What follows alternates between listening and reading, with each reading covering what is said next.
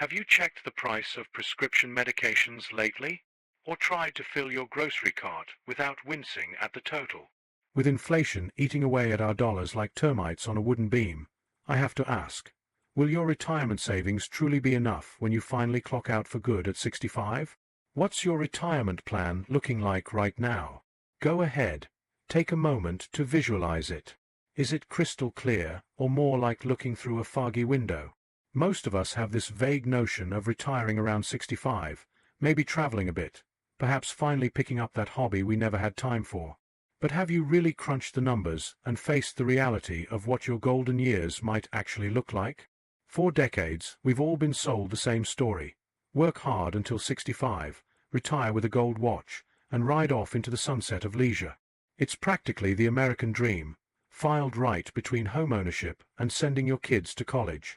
We've accepted this timeline without question, like it's some sort of natural law rather than a social construct created during a very different economic era. But what if I told you that retiring at 65 is like deciding to get off the highway at a predetermined exit, regardless of whether you've reached your destination or have enough gas in the tank? What if this one-size-fits-all approach to retirement is actually a colossal mistake for many of us, especially those of us in our 40s and beyond? Let's begin with a quick history lesson. Don't worry, no pop quiz at the end.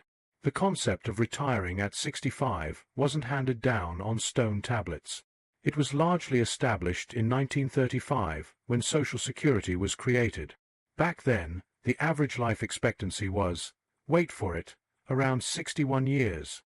That's right, the system was designed so that the average American wouldn't even live long enough to collect benefits. Talk about a government savings plan. Fast forward to today, where life expectancy has jumped to nearly 79 years, and many of us can expect to live well into our 80s or 90s. That's potentially 20 to 30 years of retirement, a far cry from the few golden years envisioned by the architects of Social Security. Meanwhile, the nature of work has transformed dramatically. Physical labor has decreased, white-collar and remote work have increased, and many jobs now exercise our minds more than our bodies. We're not coming home with coal dust under our fingernails or backs bent from factory work. Many of us still have plenty to contribute well beyond our 60s. So here's my purpose today. I want to challenge the notion that 65 is the magic number for everyone. I want to explore why this conventional wisdom might be leading you down a path of financial stress, unfulfilled potential, and possibly even accelerated aging. And most importantly, I want to provide you with a roadmap for rethinking retirement in a way that could lead to greater financial security, purpose, and yes, even happiness. Let's talk money, the oxygen of retirement. According to recent studies, the average American has roughly $135,000 saved for retirement. Sounds substantial until you break it down. If you withdraw the recommended 4% annually, that's just $5,400 per year, or $450 per month. Add the average Social Security benefit of about $1,657 per month, and you're looking at approximately $2,100 monthly income. Now, can you live on $2,100 a month? Let's be honest, that's a tight budget even in the most affordable parts of the country, especially when you consider that healthcare costs for a retired couple are estimated to reach $315,000 over the course of retirement, according to Fidelity's latest projections. That's not including long-term care, which can easily cost $100,000 plus per year. And we haven't even factored in the silent budget killer, inflation. At just 3% annual inflation, your purchasing power will be cut in half in about 24 years.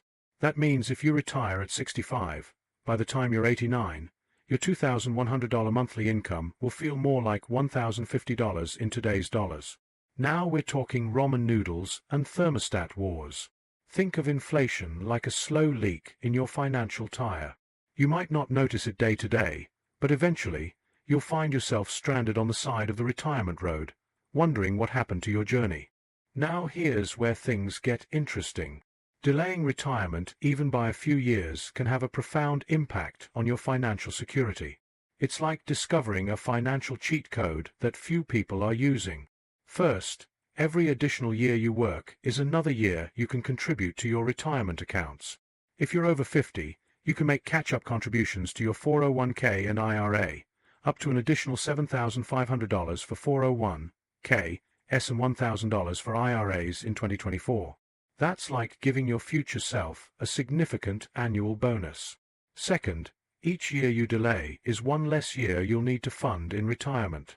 If you've saved $500,000 and expect to live to 90, retiring at 65 means stretching that money over 25 years.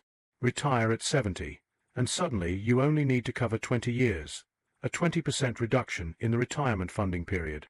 Third, and this is the big one, delaying Social Security can be like getting a guaranteed investment return that would make Warren Buffett jealous. For every year you delay claiming Social Security after full retirement age, currently 66 to 67 for most people, up to age 70, your benefit increases by about 8%. That's a guaranteed 8% return in an environment where guaranteed returns are about as common as unicorns. Let me put this in perspective. If your full retirement age benefit would be $2,000 per month at age 67, waiting until 70 would increase it to about $2,480 per month. That's an additional $5,760 per year for the rest of your life, plus cost of living adjustments. Over a 20-year retirement, that's an extra $115,200, enough to buy a vacation home in some areas or fund several dream vacations. It's like compound interest in reverse. Instead of your money working harder for you, you're working a bit longer for a significantly bigger payoff. Think of it as planting financial seeds in your 60s that will grow into mighty oaks throughout your retirement. Beyond the numbers, the human side of delayed retirement. But retirement isn't just about money. It's about life satisfaction, purpose, and health. And here's where the conventional wisdom around retiring at 65 really falls short. Multiple studies have shown that having purpose and social engagement are key factors in longevity and cognitive health. A study from Oregon State University found that people who worked even a year past 65 had an 11% lower mortality risk compared to those who retired earlier. Working longer quite literally might help you live longer. Think of your mind and body like a sophisticated machine. Keep it running regularly with appropriate challenges, and it maintains its functionality. Park it in the garage of retirement too early, and it might start to deteriorate from disuse. This doesn't mean you need to keep grinding away at a job you hate. Rather, it suggests reimagining what retirement could look like. Perhaps it's working part-time in your field, consulting, starting that small business you've always dreamed about, or transitioning to work in an area you're passionate about. Take Maria, for example, a former accountant who retired at 67 but now works 20 hours a week at a local botanical garden, a long-time passion. She gets social interaction, physical activity, mental stimulation, and supplemental income that allows her to delay drawing down her retirement accounts. Or consider Robert, who left his executive position at 65 but started a consulting business that lets him work from his lake house during the summer months and travel south during the winter. He's making less than at his peak earning years, but more than enough to cover his expenses while still saving, and he's never been happier. These aren't just feel-good stories. They represent a fundamental shift in how we might think about the final third of our lives. The traditional three-phase model of education, work, and retirement is giving way to a more fluid approach where learning, working, and leisure blend throughout our lives. Retirement doesn't have to be a cliff you fall off at 65. It can be a gradual glide path where you slowly reduce traditional work while increasing other fulfilling activities. It's less about retiring from something and more about retiring to something. So if you're in your 40s, 50s, or early 60s, what should you be doing differently? Here's your actionable playbook. 1. Reassess your retirement number. First, get crystal clear on what you actually need for retirement. This isn't about some arbitrary number like $1 million or 80% of your pre-retirement income. It's about your specific lifestyle and goals. Start by tracking your current expenses for a few months. Then, think about how they might change in retirement. Some costs will decrease, commuting, work clothes, perhaps housing if you downsize, while others will increase, healthcare, leisure activities, travel if that's your plan. A useful exercise is to create a retirement budget, as if you were retiring next month. This forces you to get specific about what your life will look like and what it will cost. Remember to factor in inflation, especially for healthcare costs, which typically rise faster than general inflation. Once you have your monthly retirement budget, multiply it by 12 to get your annual needs, then subtract any guaranteed income sources like Social Security or pensions. What remains is what your investments need to generate annually. Using the 4% rule as a rough guideline, though many financial planners now suggest 3 to 3.5% for longer retirements, multiply your annual needs by 25 to 33 to estimate the nest egg you'll need. This gives you your retirement number. 2. Maximize your catch-up opportunities. If there's a gap between your current savings and your retirement number, it's time to accelerate your savings. Those over 50 can make additional catch-up contributions to tax-advantaged retirement accounts. For 2024, that means you can contribute up to $30,500 to a 401k if you're over 50, $22,500 regular limit plus $7,500 catch-up. For IRAs, you can contribute up to $8,000, $6,500 plus $1,500 catch-up. If you're not maxing out these opportunities, look for ways to increase your savings rate. Even small increases can have a significant impact over 10 to 25 years. Consider this: increasing your 401k contribution by just 3% of a $100,000 salary, $3,000 per year, could add an additional $119,000 to your retirement savings over 20 years, assuming a 7% annual return. 3. Develop your retirement transition strategy. Instead of planning for a hard stop at 65, start thinking about how you might gradually transition from full-time work to full retirement. Could you negotiate reduced hours at your current job? Shift to project-based work? Consult in your industry? Start a small business related to a passion? Teach or mentor others in your field?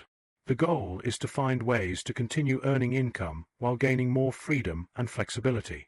Even earning $20,000 to $30,000 per year during your late 60s and early 70s can dramatically reduce the pressure on your retirement savings. This transition strategy should align with your interests and strengths.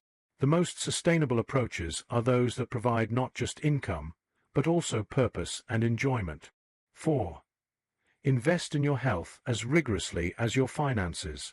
Your health is your most valuable retirement asset. Poor health can derail even the most solid financial plan, forcing early retirement and increasing costs. Make preventive health care a priority now. Regular exercise, proper nutrition, stress management, and adequate sleep are investments that pay dividends in extended career capability and reduced healthcare costs. Consider long-term care insurance in your 50s or early 60s, before premiums become prohibitively expensive or health issues make you uninsurable.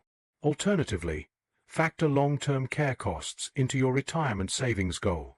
5. Build your skills and networks continuously. In today's economy, staying employable into your 60s and beyond requires continually updating your skills and maintaining strong professional networks.